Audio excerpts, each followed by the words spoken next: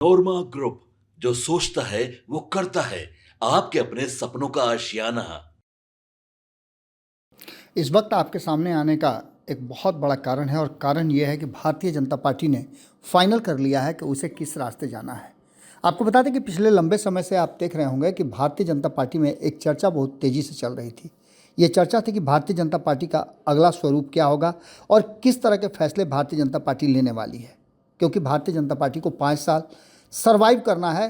अभी 6-7 महीने हुए हैं, और इन 6-7 महीनों में भारतीय जनता पार्टी के 240 सीट आने के बाद से ये लगातार चर्चा चल रही थी कि भारतीय जनता पार्टी कहीं ना कहीं असमंजस की स्थिति में है और सरकार बैसाखी पर चल रही है। इसको लेकर के सामंजस्य बिठाने और आगे की रणनीति तय करने के लिए कई तरह की चर्चाएँ चल रही थी, और इसमें यह भी कहा जा रहा था कि आरएसएस नाराज चल रहा है। इसके बाद इसी साल बिहार में चुनाव होने वाले हैं, और बिहार के चुनाव को विशेष तवज्जो दी जा रही है, क्योंकि बिहार के चुनाव पर भारतीय जनता पार्टी का 20 साल का तपस्या टिका हुआ है और आने वाले भविष्य भी इसी पर आधारित है। क्योंकि नीतीश कुमार का शायद ये अंतिम चुनाव हो, और उसके बाद भारतीय जनता पार्टी को किस रास्ते निकलना है, किसके साथ आगे का संबंध बना के रखना है, इन सारी बातों पर गौर करना होगा। इसके लिए भारतीय जनता पार्टी अपने हिसाब से परिस्थितियों को अपने पक्ष में करने के लिए तैयारियां शुरू कर रही है। इसी बीच में आपको बता दें कि एक सबसे अहम सवाल जो पिछले लगभग 8-9 महीने से चल रहा है और बार बार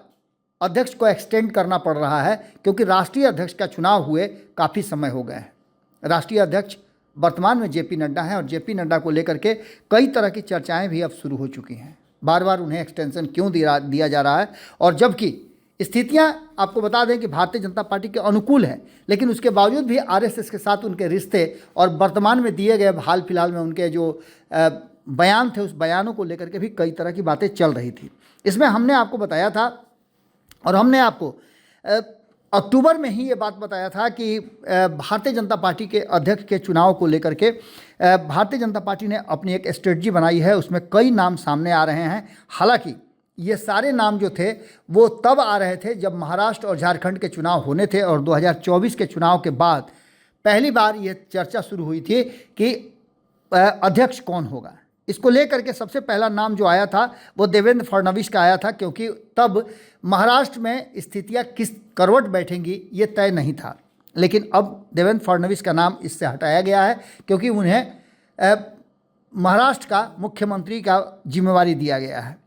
शिवराज सिंह चौहान का भी नाम आ रहा था, जो केंद्रीय मंत्री वर्तमान में है। तो इसके साथ साथ बिहार को इसमें विशेष तवज्जो दी गई थी। खैर, बिहार की बात तो हम बताते हैं कि बिहार को क्या तवज्जो दी गई थी, लेकिन इससे पहले हम आपको बता दें कि के लक्ष्मण जो तेलंगाना से आते हैं और ओबीसी के एक बड़े नेता माने जाते हैं, इनके नाम पर भी खूब चर्चा हो रही थी, और कहा यह जा रहा था कि इनका संबंध जो है आरएसएस से है। जैसा कि आपको हमने पहले भी बताया कि आरएसएस लगातार इस बात को लेकर के अब तैयारी शुरू कर चुकी है कि भारतीय जनता पार्टी जो उसके रडार से बाहर निकल रही है, उसे कैसे समेट करके रखा जाए।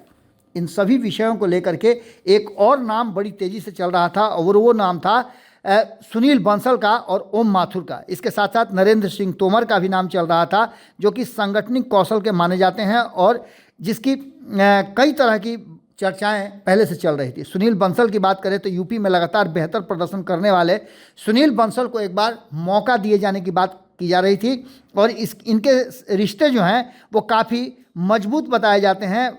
हालांकि इनका रिश्ता जो है अनबन की बात की जा रही थी कि सुनील बंसल के साथ नरेंद्र मोदी और शाह की नहीं पटती है, लेकिन इन सब के बावजूद आरएसएस की अगर चलती है और आरएसएस अपना फैसला लेता है, तो ऐसी स्थिति में सुनील बंसल को ही मौका दिया जा सकता है। इसके अलावा एक चर्चा और भी महत्वपूर्ण चल रही थी।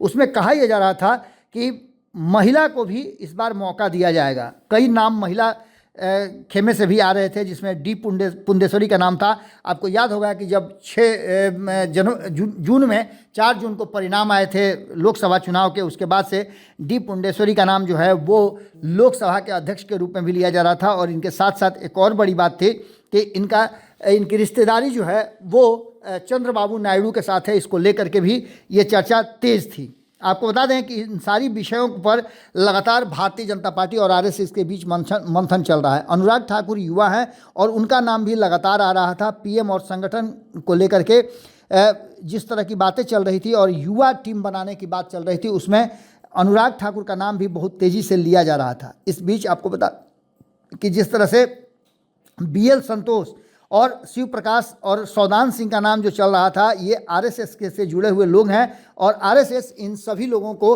कहीं ना कहीं इस बार भारतीय जनता पार्टी में अपना एक तरह से समझिए तो कमांड लेकर के भेजने की तैयारी कर रहा था।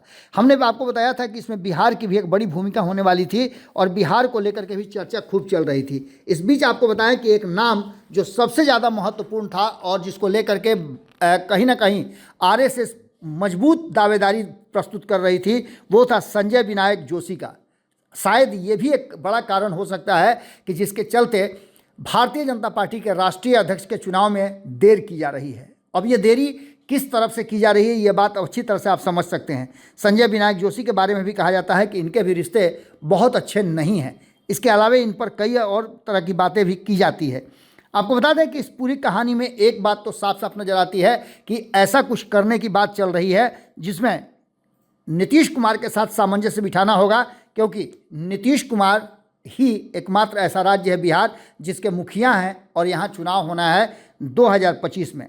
इसको लेकर के हम शुरू से ही आपको बता रहे थे कि बिहार को लेकर के विशेष फोकस है और बिहार से जुड़े हुए जो नेता हैं उनका नाम अब बहुत तेज़ी से आगे आने लगा है। RSS भी समझती है कि नीतीश कुमार को रखना कितना आवश्यक है, क्योंकि नीतीश कुमार के हटने से एक तरफ जहां सरकार को मुश्किलें होने लगेंगी केंद्र में, वहीं दूसरी तरफ से एक राज्य भी उसके हाथ से निकल जाएगा।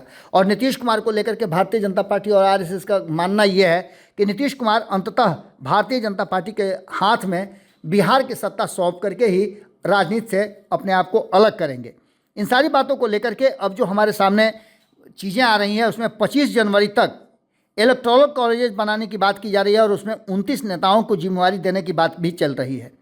ये सारी की सारी आपको बता रहे हैं कि तैयारियां इसलिए हो रही हैं कि महाराष्ट्र और झारखंड का चुनाव हो चुका था और महाराष्ट्र और झारखंड के चुनाव तक ही सब चीज़ों को रोका गया था। इसी बीच आपको बता दें कि दिल्ली चुनाव भी 8 तारीख को मतदान होना है। इससे पहले आपको बताएं कि 25 जनवरी को तक एक इलेक्टोरल कॉलेज की स्थापना करने की बात की जा रही है, जिसके तहत भारतीय जनता पार्टी का अध्यक्ष का राष्ट्रीय अध्यक्ष का चुनाव हो। इसमें नए नाम जो जोड़े गए हैं उसमें बिहार से जुड़े हुए विनोद तावड़े का नाम भी आ रहा है, जो बिहार प्रभारी रहे हैं और महाराष्ट्र के रहने वाले हैं। तो वहीं दूसरी तरफ भूपेंद्र यादव का भी नाम आ रहा है। इनका भी रिश्ता बिहार से बहुत लंबा रहा है और कहा यह जाता है कि नीतीश कुमार के साथ ये भी काम कर चुके हैं। इसके बाद धर्मेंद्र प्रधान का भी नाम अध्यक्ष के लिए आ रहा है। ये भी नीतीश कुमार और अमित शाह के काफ़ी करीबियों में से एक माने जाते हैं। इनका नाम भी बहुत तेज़ी से आ रहा है। तो वहीं हमने आपको पहले ही बताया था के लक्ष्मण और शिवराज सिंह चौहान का भी नाम आ रहा था, लेकिन इन सब में एक नया नाम जो जुड़ा है वो है मनोहर लाल खट्टर का। जैसा कि आप सभी जानते होंगे कि मनोहर लाल खट्टर को बिहार प्रभारी बनाया गया है और बिहार में चुनाव कराने की इनको जिम्मेवारी दी गई है। मनोहर लाल खट्टर कहा जाता है कि नरेंद्र मोदी के बहुत अच्छे मित्रों में से हैं और उनके साथ उन्होंने एक लंबा समय बिताया है भारतीय जनता पार्टी के साथ साथ RSS में भी, इसलिए इन पर बहुत ज़्यादा भरोसा भी नरेंद्र मोदी करते हैं। आने वाला जो बिहार का चुनाव है उसको मद्देनज़र उन्हें बिहार में भेजा गया है और बिहार में एक ऐसी टीम गठित करने की बात कही जा रही है जिसकी चर्चाएं खूब चल रही हैं कि नीतीश कुमार जो हैं उनसे सामंजस्य बिठाने के लिए इनको बिहार भेजा गया है और ये चुनाव करा करके नीतीश कुमार के साथ जो बेहतर सामंजस्य बिठाकर चलें ऐसे लोगों को जोड़ेंगे। इसके साथ साथ आपको बता दें कि भारतीय जनता पार्टी के अध्यक्ष के लिए जो इलेक्टोरल कॉलेज बनाया गया है उसमें गठन के लिए भी 29 नेताओं को जिम्मेवारी दी गई है। ऐसे नेताओं में हिमाचल प्रदेश के लिए केंद्रीय मंत्री जितेंद्र सिंह, गुजरात के लिए भूपेंद्र यादव, मध्य प्रदेश के लिए धर्मेंद्र प्रधान, उत्तर प्रदेश के लिए पीयूष गोयल, तमिलनाडु के लिए जी किशन रेड्डी, राजस्थान के लिए विजय रूपानी, बिहार के लिए मनोहर लाल खट्टर जिनकी चर्चा हम पहले भी कर चुके हैं, कर्नाटक के लिए शिवराज सिंह चौहान, असम के लिए गजेंद्र सिंह शेखावत और केरल के लिए प्रहलाद जोशी का नाम शामिल किया गया है। जिस राज्य में बीजेपी की आज तक अपने दम पर नहीं बनी है सरकार, वहाँ से मिले जो पॉजिटिव संकेत है उसको लेकर के भी अब भारतीय जनता पार्टी तैयारियां शुरू कर चुकी है। आपको बता दें कि 2025 में हम बार बार आपको बता रहे हैं कि बिहार एकमात्र ऐसा राज्य है जहां इस वर्ष चुनाव होने हैं विधानसभा के, और इसको लेकर के भारतीय जनता पार्टी पूरा फोकस बिहार पर करने वाली है। अब देखना दिलचस्प होगा कि अध्यक्ष के चुनाव में क्या कुछ निकल के सामने आता है। एक बात तो तय मान के चलिए कि जिस तरह से अभी अभी हमारे पास सूचना आई है कि दिल्ली चुनाव से पहले भाजपा को उसका नया अध्यक्ष मिल जाएगा और नाम भी फाइनल हो गया है। अब इसमें कितनी सच्चाई है, क्योंकि लगातार जिस तरह से भारतीय जनता पार्टी में मीटिंग्स का दौर चल रहा है वो बहुत कुछ कहानियों को जन्म दे रहा है। जुड़े रहेगा भारत लाइव के साथ, खबरों का सिलसिला लगातार जारी रहेगा। बहुत बहुत धन्यवाद। आपके सपनों को हमने सजाया है, ई होम्स पैनोरमा को हमने बनाया है। ई होम्स मेरा एक सपना था जिस पे मैं पिछले 4 साल से काम कर रहा था। हमने जो बनाया है वो सबने है माना। ई होम्स पैनोरमा में हो आपका भी आशियाना। और फाइनली हमने 2021 में इस प्रोजेक्ट को लॉन्च किया। बहुत लोग अप्रिशिएट कर रहे हैं कि पूर्णिया जैसे शहर में, बिहार के, एक तो बिहार की बात करें उसमें भी पूर्णिया जैसे छोटे जगह में इस तरह का लाइफस्टाइल देना, ये सुन के हम लोगों को बहुत अच्छा लगता है। ई होम्स में हमने कुछ और भी किया है, जैसे हम जिस जगह में रह रहे हैं हमारे फैमिली सिक्योर हो, उनको सिक्योरिटी का ध्यान में रखा है।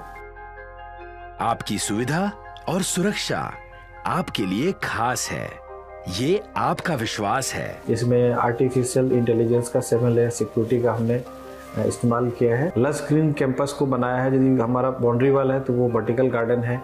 ये जितनी भी फैसिलिटी होता है एक इंटरनेशनल टाउनशिप में ई होम्स है, ये हम लोग विश्वास नहीं कर पा रहे हैं। जो भी हमारे मित्र दोस्त या जो भी हमारे बाहर आते हैं तो हम लोगों को बहुत अच्छा सुनने को मिलता है और बहुत अच्छा क्रेडिट मिल रहा है। वो सारा हमने सिर्फ एक बिल्डिंग नहीं बनाया, हमें एक बहुत अच्छा लाइफस्टाइल दिया ई होम्स में, और मेरा एक सपना था जिसको मैं आज फुलफिल होते हुए देख पा रहा हूँ। ये आपका आवास है। ई होम्स पैनोरमा में अब आपका निवास है। E Homes Panorama, luxurious lifestyle redefined. Panorama group, जो सोचता है वो करता है। अगर ये वीडियो पसंद आई और वह बिहार के राजनीति और बिहारियत से सरोकार रखेनी तो सब्सक्राइब बटन दबा के चैनल के सब्सक्राइब कर ली। ओजे एगो घंटी बा, ओकरा बटन दबा देला से कुल सटीक और मारक खबर रुआ मुफ्त में मिल जाई। अगर रुआ पत्रकारिता के हमनी के नया प्रयोग में सहयोग कर चाहतानी तो ज्वाइन बटन दबा दी। पेटीएम नंबर नोट कर ली 9386816700।